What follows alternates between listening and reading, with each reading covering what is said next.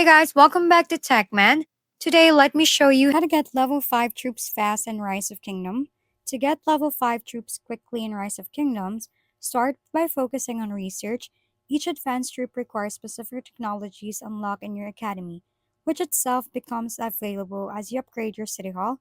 Navigate to your academy, select military technology, and follow the troop line to unlock each level, from basic units up to level 5 troops like the Royal Crossbowmen.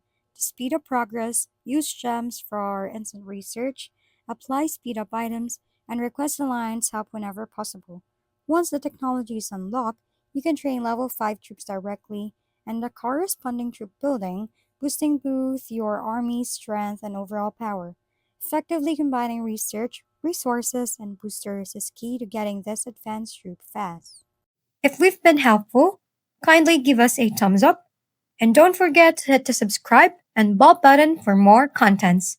For any questions and suggestions, comment down below.